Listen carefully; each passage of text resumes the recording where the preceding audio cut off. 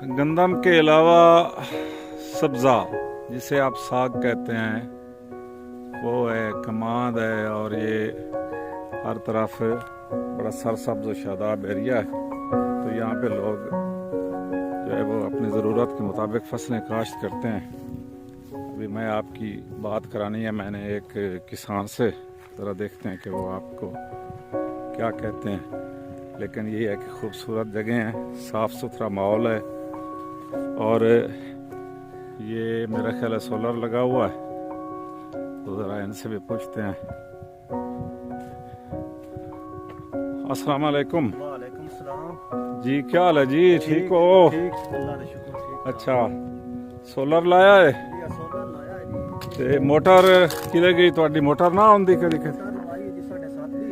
ਅੱਛਾ, ਤੇ 18 ਪਲੇਟ 12 ਪਲੇਟਾਂ ਲੱਗੀਆਂ ਤੇ ਅੱਲਾਹ ਦਾ ਸ਼ੁਕਰ ਹੈ ਜੀ, ਪਾਣੀ ਬੜਾ ਸਹੀ ਕੱਢ ਰਹੀ ਹੈ।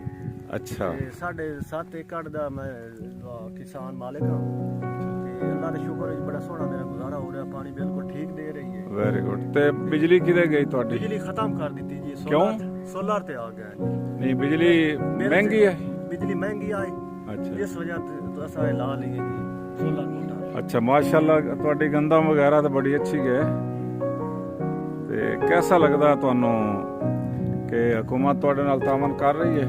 ਮਾਸ਼ਾਅੱਲਾ ਜੀ, ਹੁਕੂਮਤ ਸਾਡੇ ਨਾਲ ਤਾਮਨ ਕੋਈ ਨਹੀਂ ਕਰ ਰਹੀ। ਅੱਛਾ, ਉਹ ਕਿਸ? ਜੀ ਅਸੀਂ ਆਪਣੀ ਮਦਦ ਆਪ ਦਾ ਹੈ ਜੀ, ਸੋਲਰ ਮੋਟਰ ਵੀ ਲਵਾਈ ਹੈ ਤੇ ਆਪਣੇ ਮਦਦ ਨਾਲ ਹੀ ਜਿਹੜਾ ਹੈ ਅੱਛਾ, ਸਾਰਾ ਆਪਣੇ ਪੈਸਾ ਨਾਲ ਆਪਣੇ ਲਵਾ? ਪੈਸੇ ਨਾਲ। ਵੈਰੀ ਗੁੱਡ ਜੀ, ਠੀਕ ਹੋ ਗਿਆ। ਤੇ ਮੋਟਰ अच्छा वो तो कजी हुई है। वेरी गुड, चलो बड़ी मेहरबानी। फसल अच्छी है? फसल बहुत अच्छी है जी, मुंजी ठीक हो गई? पूंजी अच्छी हो गई है जी। चलो माशाअल्लाह जी।